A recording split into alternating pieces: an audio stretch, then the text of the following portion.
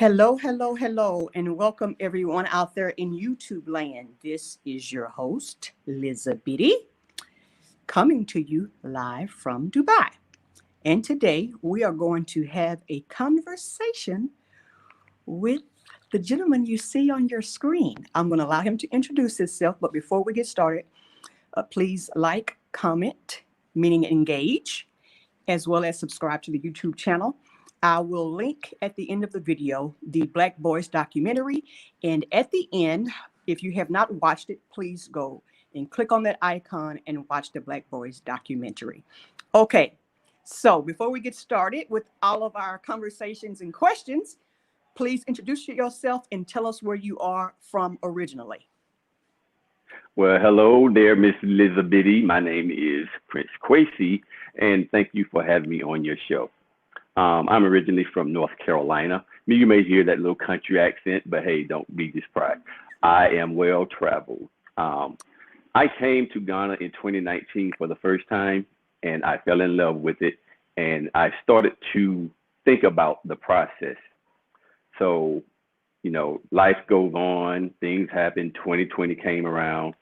Well, that process speeded up. So that's the beginning of where I want to start. Okay, so you said that you first came, do you mean on the continent in 2019 or to the current location? I came to the current location and the continent all in one in 2019. My first trip to Africa was in Ghana. Okay, and where are you now? Tell us where you are now. I'm in Greater Accra, which is Tema, right outside of Accra, Ghana. Awesome, awesome. So when you first visited in 2019, tell us about that visit. I'll let you expound upon that. Well, I think everyone likes to know, what did it feel like? What will you feel once you get off the plane? And for me, I liken it to, you remember back in the day when you were small, maybe 10 to 15, and you and your cousins, and maybe some of them moved away, yourself and your parents may move away, where you couldn't visit grandma and granddad often like you used to. But when the family is there, especially during the holidays, you come together, and it's to get that big grandma hug, and all your cousins, your uncles and aunts are just having fun. It just feels so warm. You're protected. You well loved. That's what it felt like when I stepped off the plane, knowing not one person. They made me feel at home. Welcome home, brother. Welcome back home. I still get that today. So let me ask you this. When you came in 2019, were you alone or did you come with a group, a collective? No. I came on my own. Okay. I'm merely asking just for some historical reference as we get through our conversation. So let me ask you this question. Absolutely. Do you think that, because in 2019, you're what we're going to call seasoned, do you think that if you had visited when you were younger, that the experience would have been the same for you or different? What you mean, the first visit? Right. The first time you ever set foot there, I'm asking, do you think that if you had been younger, meaning, let's say in your 20s, do you think that you would have had the same experience that you felt when you first came in 2019? Probably not. And I say that because at 20, while you do have some life experiences, you don't have a lot. And 20 years ago, you don't have the technology that you have today. So maybe a 20-year-old person today, they have instant access to worldwide events, and they see stuff. I learned a lot about Africa prior to me landing on the continent via YouTube. The first video I watched was Water Maya. And then I got intrigued, and because I was brought up, taught through our media and news outlets and even the politicians that Africa is a barren land, it's a wasteland, it's a shithole country. I don't know if I can say that up here, but of course. I'm just gonna keep it real. Trust me. So we're painted with this picture of Africa as a country and as a barren country with eyes around the kids and they're hungry, there's no food here. And okay, no one in their right mind want to go to a place like that to visit and or live.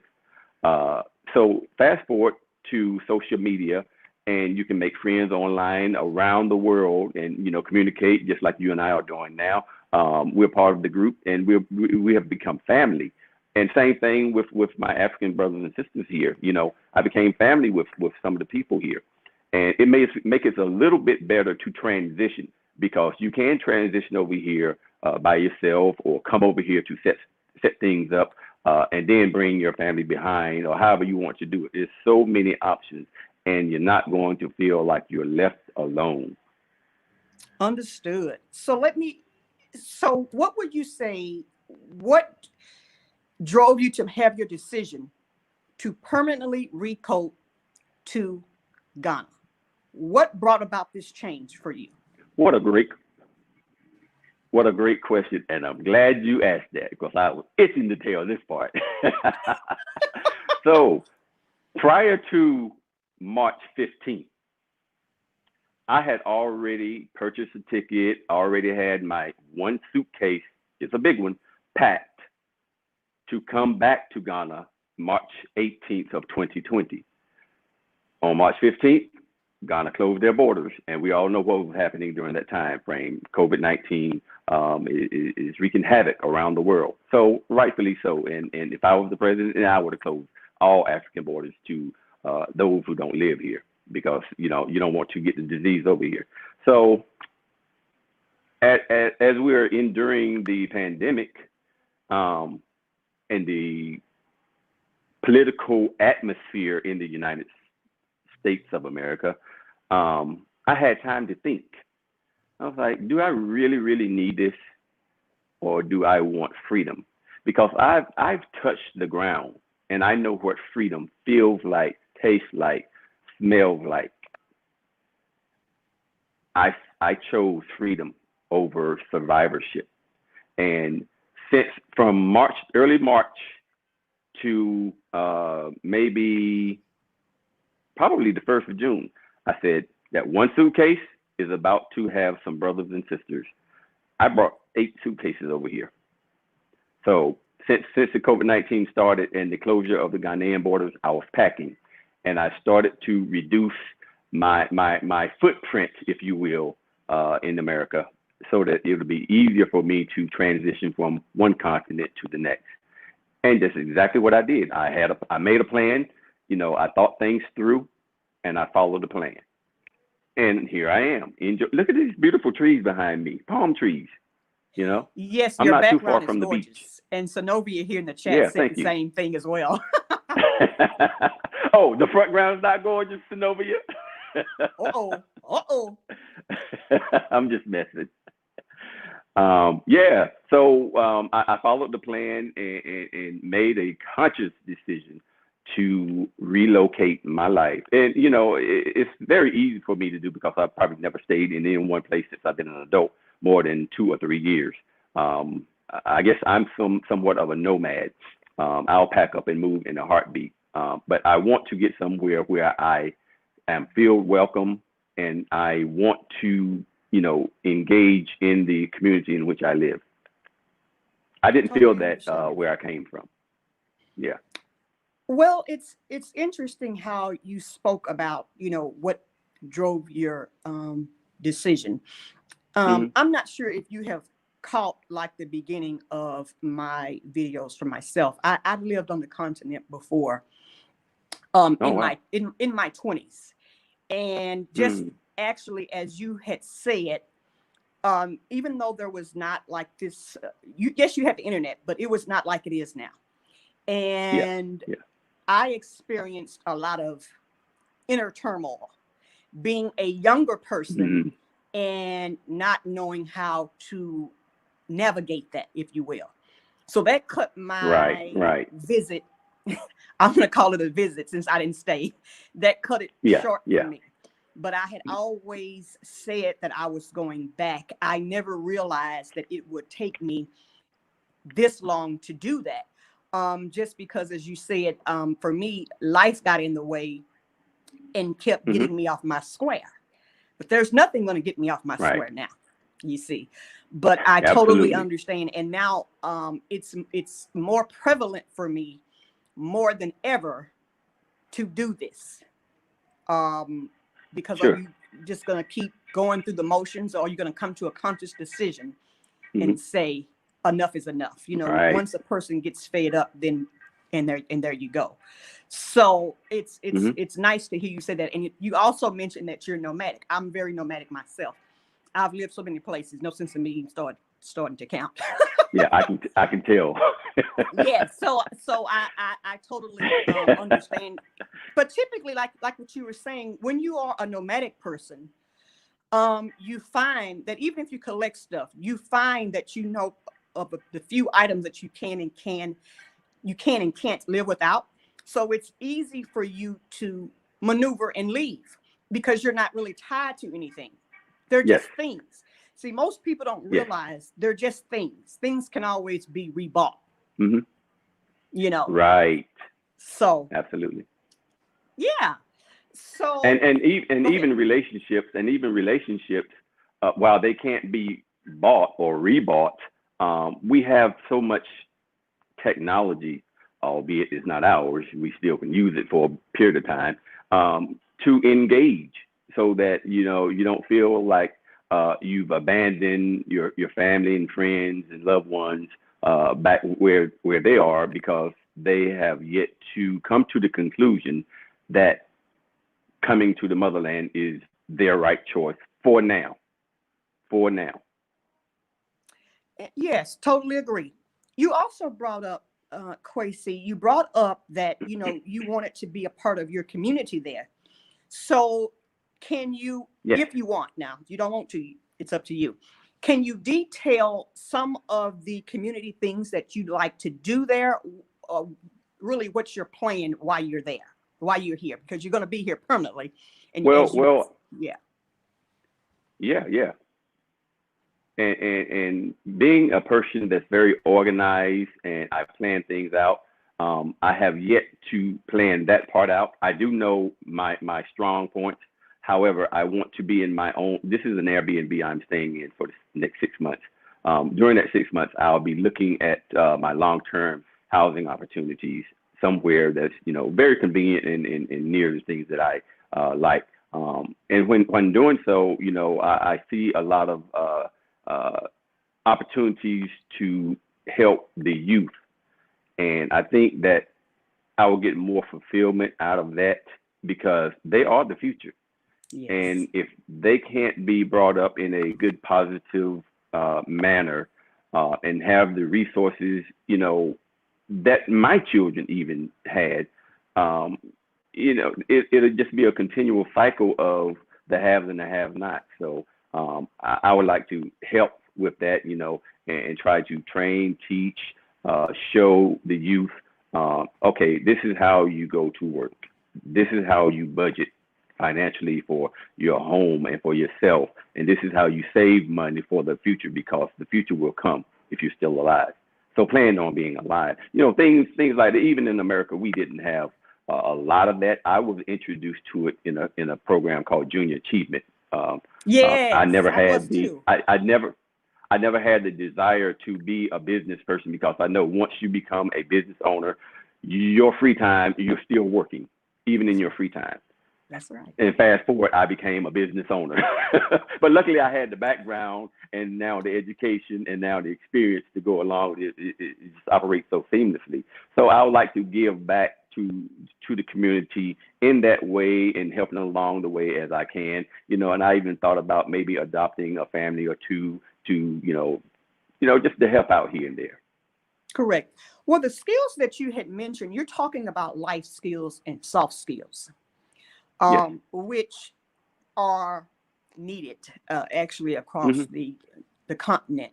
It's something that's not really delved into like we typically do as Westerners. So totally understand that. And I think that'd be great.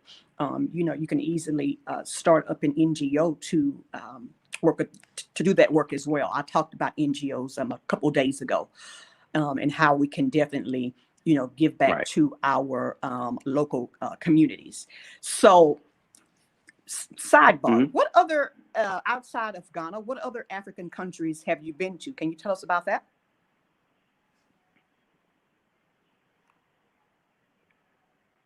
Just Ghana. Really? Just Ghana. Yeah. Oh, that Okay, will well, when you change said very that, soon. I thought you only got you. Okay. Wow. Yeah. So Oh, do yeah. you have any plans to visit other nations that on the continent, or no? It is my desire to visit all countries in Ghana before I visit any other continent and their nations. Yes. Yes. Wow. That is so interesting. Okay. And and, Well, I'm and, looking and at. and if I can put this plug in there, my Go ahead. initial flight to leave America was taking me to spend 6 hours on the ground in Charles de Gaulle Airport in Paris, France. Mm, I said, I don't want that because, mm. you have to think like they think. Why do you want me to spend 6 hours on the ground over there when there are direct flights? They want Oh, me wow. to spend 6 hours on the ground to spend my Money. hard-earned green dollars. Yes. Because if you're there for 6 hours, you're going to get thirsty. You're probably going to get hungry. And all those shops, that says duty free, you might want to, splurge a little bit. I said, in the words of my Ghanaian brothers and sisters, Debbie, Debbie, Debbie, Debbie, Debbie, no. I'm watching this. I'm watching my laptop and the internet, waiting for an opportunity to change that flight. As soon as it became available, I contact Delta by phone the old way. I need to be on this direct flight from JFK to Accra, Ghana for 10 hours instead of sitting around in somebody's airport that don't like me. Okay. And it was No, so. but you actually bring up a good point. Which is one of the reasons why it is so. If you look at persons who are traveling to the Gambia, I'm not saying it's hard to get into the Gambia, but the flights, Yeah. it takes a long time. We're talking Yeah. 26, 27 hours. How Mhm. even if they go to Turkey, this is not a Yes. flight that you're just going to be able to go and just boom. So Yeah. you Yeah. definitely have a point about that. You definitely have a Yeah. point about that. So totally And agree you with have that. but you also have to think about the bigger picture. Why is that so? I mean, they have airports in Gambia, Right. and they know that we're trying to get over here, so they're trying to make it very difficult. Even my flight was leaving the day after a federal holiday, Columbus Day. I was like, well, I got to have this COVID test in 72 hours. I'm not real good at math unless it's in my bank account. So I took 2 COVID tests just to make sure, because I don't care, come hell or high water, I'm going, period. Okay. No, I totally agree. Even with my flight that's coming soon, they have made some changes. It has always been a nonstop. Now we're stopping. But I do Wow. believe that some of that is due to Nigeria banning all of these airlines. I have no issues with that. Mm, People, we have to be patriots, right. and they Yes, get lambasted for being patriots while others don't. I mean, that's not fair. exactly. Whether I agree with you or not. Exactly. So it's misfortunate, but that's the state of what's going on. Yes, it is. So It you is. left the US, I and did. as a person who has gone back to their roots, how would you describe the climate of Blacks in America, Blacks in the diaspora in America? How would you describe that? Well, I think it may be more than 2 groups, but I'm just going to keep it short and sweet. I see 2 groups. I interact with one group. People are excited, they're motivated. Some have immediate plans to get out right away.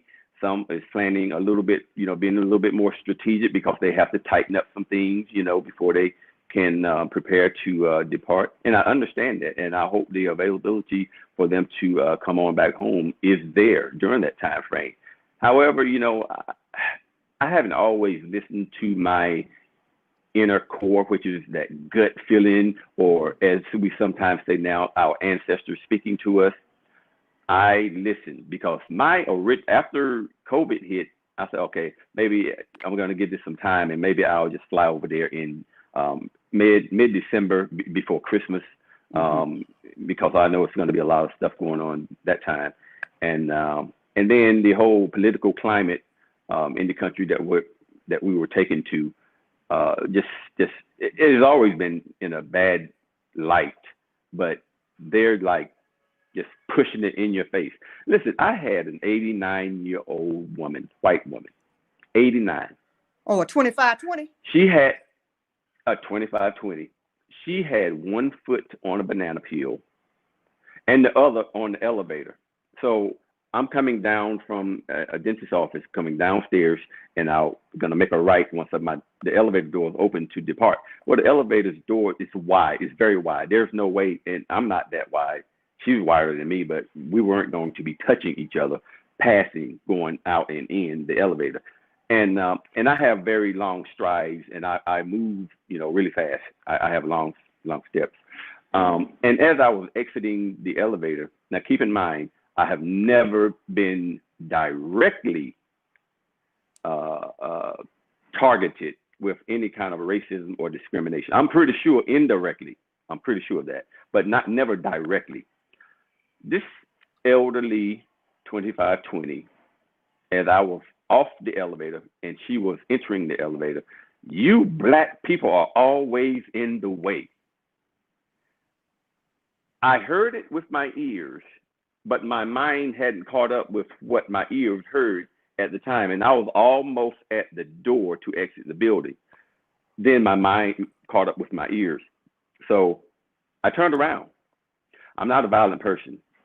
I'm not going to put my hands on her, although the ancestor in me was telling me just go ahead and take her in that elevator and y'all just have a good time. But I said, no, you're the wrong ancestor to be talking to me today. Don't do that. It's not going to turn out well for you. So I didn't go on the elevator, but I went back there and gave her a few choice. And I grew up in the South, so I know how to respect my elders, regardless of what skin tone. I know better. However, you're not going to continue to just think that, because someone else is a resident of the House in Washington, D.C., that you can say whatever you want to say. Not to me, because I'm going to say some things back. And she's probably already dead now. And do not rest her soul. I want it to be turning over and over and over, because that was just pure evilness, right. For no reason. Right. No reason. So imagine if she's 89 years old, and I don't know her true age, but she looked like she's probably 89. She probably was 34. They age well. They don't age well, rather. But if she's thinking that and saying that out of her mouth in these days, she probably have children and grandchildren and great-grandchildren and great-great-grandchildren who's following in her dirty old footsteps. So anything attached to her, including her, I don't have no love for them. Zero. Totally understand. The racial climate that is happening in America right now is, I'm going to use the word interesting. But what people have to realize is that some of us, we're not our ancestors. We'll get it right on and popping with you. Right. And see, some of these folks, right. They talk all of this noise and, act like, nobody's going to do anything. That's not the case. Some of us are about that life, for real. Oh yeah. So I value mindful. my Second Amendment rights. I'm sorry. Go ahead. I didn't catch it. I'm sorry. I think I was interrupting you. Go ahead. I said when I was living over there, I valued my Second Amendment rights. Yes. Yes. The right to bear arms and carry it in a concealed manner. So if you step to me in a manner where I feel my life is threatened, once I'm done with you, I have a small card in my wallet that says, call this number and repeat verbatim to the police officials. And after you're done, at the end of that card, it says, "I will not answer any questions without the presence of my attorney." My attorney. Definitely. You know, we it's interesting, especially when you think about why you have so many people now, Kwasi, who are wanting to go back from whence we cometh in larger numbers more than ever, because of all of this Yes. stuff that's going on. And what people don't realize is, regardless of who they put in these political offices, they have Black people in America are still slaves. Exactly. So just because we're not in chains and living per se under Jim Crow, even though we are, it just is a Right. different color. The color of it is Exactly. different. These people are not going to do anything for you. They haven't done anything now, but they want you to go out here and put your vote on them. And we Yes. as Black people have got to do better. We have got to do better, because we want to be accepted by folks instead of Yes. standing on our own. This is part of our problem, is that we want acceptance It from is. everyone, and we need to It is. love ourselves, you know, but we have so much self-hate, Kwasi, that it permeates everything that we do. And that's all Western Black diasporas. Yes. It's everywhere. Yes. It's not only in the US, it's everywhere, you Yes. know, and you can It is. see it, you know, so vividly than ever before. Yeah. So definitely.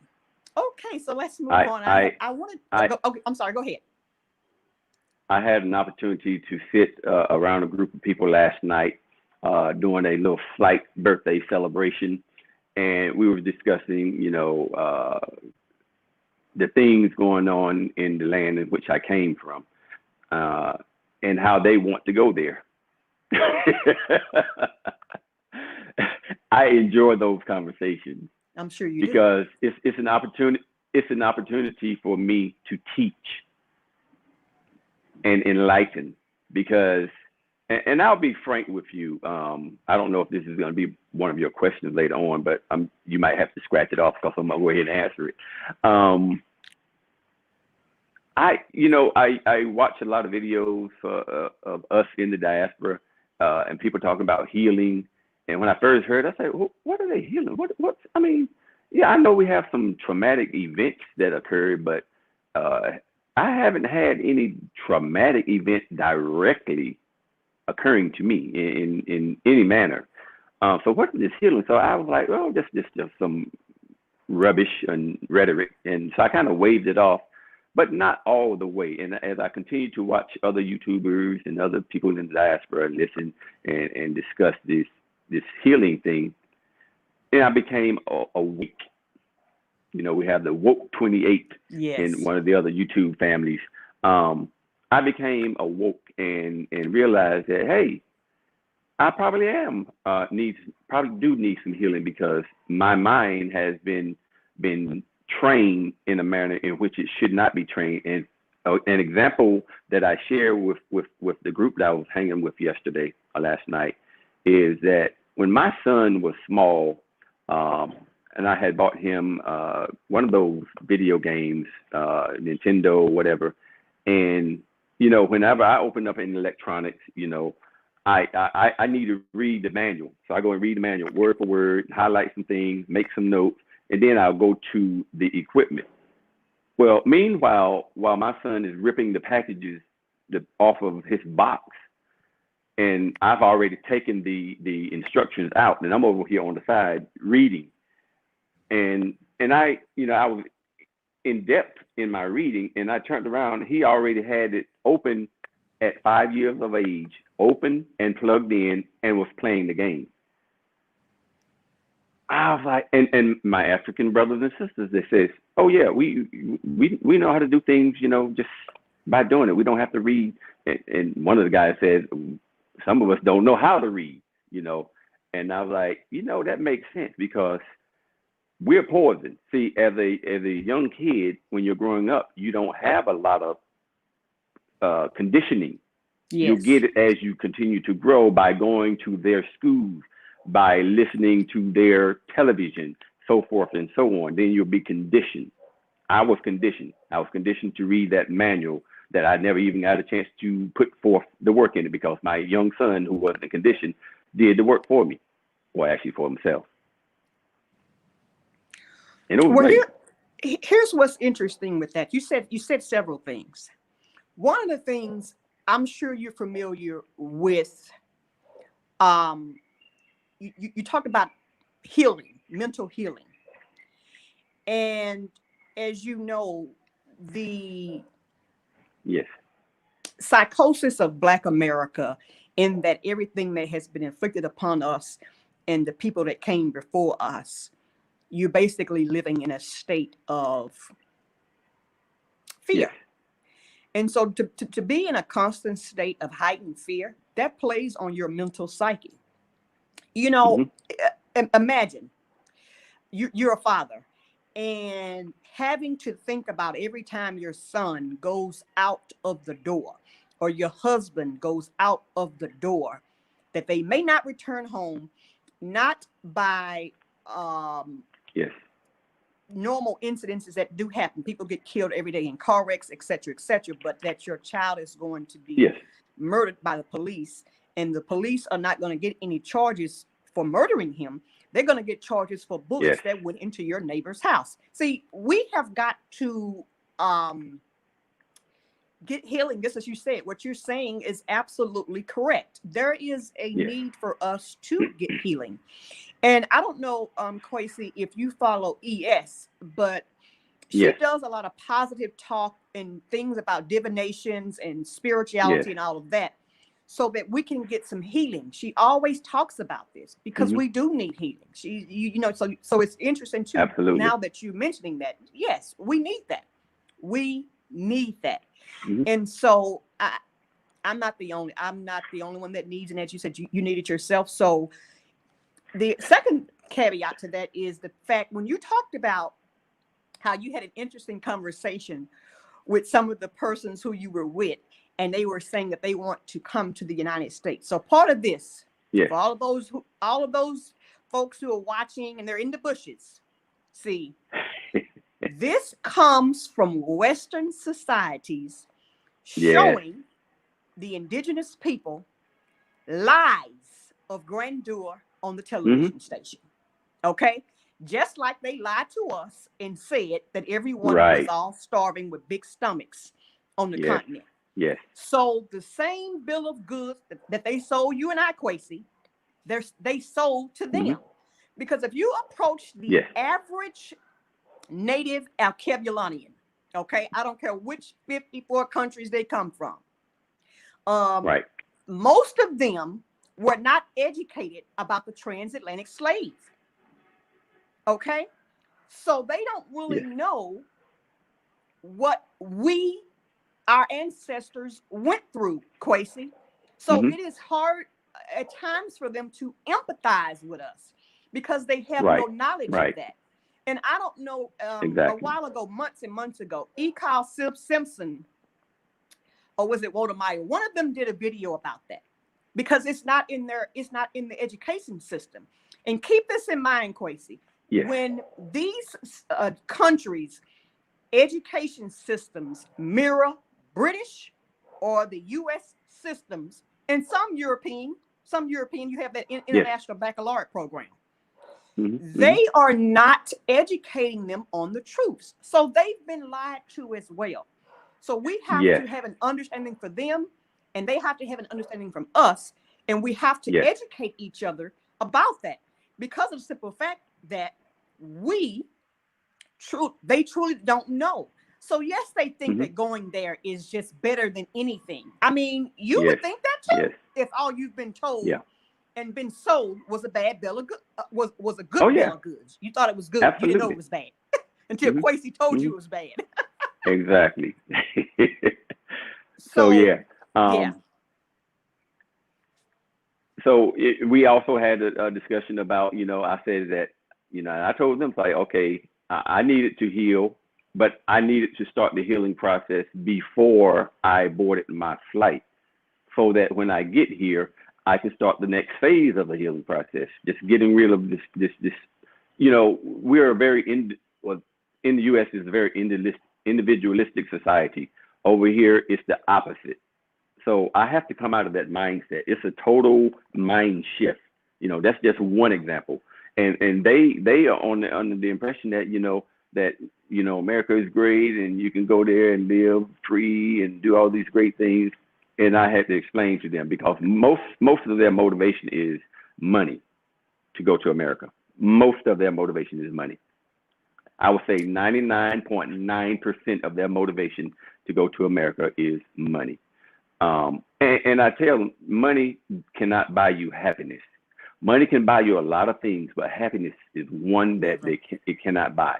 And what I mean by happiness, it's an individual thing. You have to determine what makes you happy, not by buying things, buying jewelry, buying fancy cars, buying large homes, living in the best zip codes. Those are things that you purchase, and oh, by the way, those things can disappear just as fast as you got them. So if you think that's your happiness, then when it's gone, then that means you will be unhappy, correct? And Yes. They said, well, not necessarily.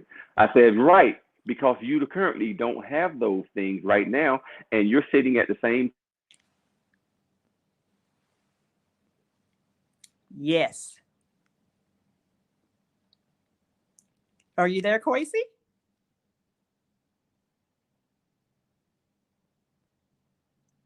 You there? You froze. We can't hear you.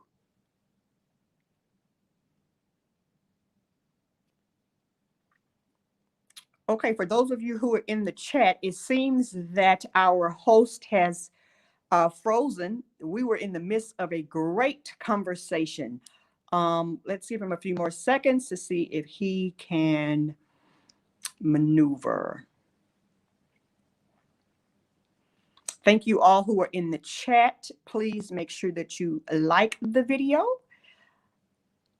Okay, so he went out. So a great discussion with him. I'm glad that you all decided to join the Lizzabitty channel today for this interview chat with Prince Kwaisi. It's delightful to see that more of us are deciding to return back from whence our ancestors come from. And for those of you out there in YouTube land who say, well, they don't like us, this, and the third, that is a subplant that came from where, okay? From where. So I tell you what, we will go ahead and end the video right here. Since we have already been on, now for 38 minutes. So we will end the video right here. Thank you all for joining the Lizzabitty channel. And I have some more interviews coming up. So please make sure that you have liked and subscribed to the YouTube channel. Okay? Make sure that you have your notifications on, because we do have a lot more interviews that are coming. And I want to make sure that you catch those. All right. So we have Synovia Ridley here, who's making a comment before we get out. And she says, we all had premeditated conditioning. You are absolutely correct. Absolutely. We are in a constant state of paranoia. Okay. Constant state. Constant. And so, yes, we do need some healing. I mean, as I said, ES talks about this all the time because we have been sick for so long. And a lot of us, we don't even know that we're sick. We don't know, so something to think about. Hello, Jackie C, Balanta Queen, Marie Antoinette, Synovia, XDMC, Troy Joseph, T Roy in the house, Blind Guy and his wife, they're live. I want to thank you all for joining. And Yoli was in, and to all the people. He's coming back in. Let's see. Hold on. Okay. Oh, Troy says, I feel 10 feet taller every time one of our people. Yes, it's so delighting, Troy. It's so delighting. Okay, go ahead, Prince Kwaisi, and finish what you were saying then, please.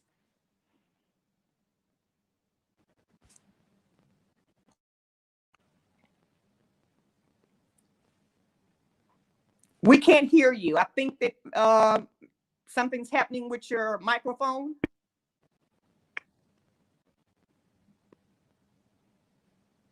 I heard something. Can you? No. Can you all hear him, or is it me? Put a one if you can hear me, and if you can hear Kwasi.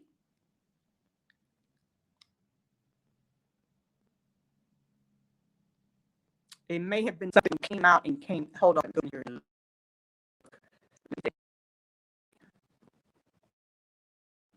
It's not muted. I'm not sure why it won't. I think we're having difficulties for coming out and coming back in, but I cannot hear you, Kwasi. Okay, so anywho, we're going to go ahead and end the live. Thank you all for watching. Okay? Remember, Malcolm X says, if you hate the roots of a tree, you hate the tree. If you hate Africa, you hate yourself. Malcolm X. All right? Yes, I know. So I think he's having some technical difficulties. Okay? Yes, blind guy, his wife, their life. Totally. All right. Hello, Sherry. You missed an awesome interview. We're going to cut here. It looks like Limblig will be going live shortly. Hello, Cheryl. But we had some good, he was dropping some good gems in here. I just hate that the sound did not come back in. We're going to end the live. Please catch the replay. Make sure that you subscribe to the Lizzabitty channel. Lizzabitty is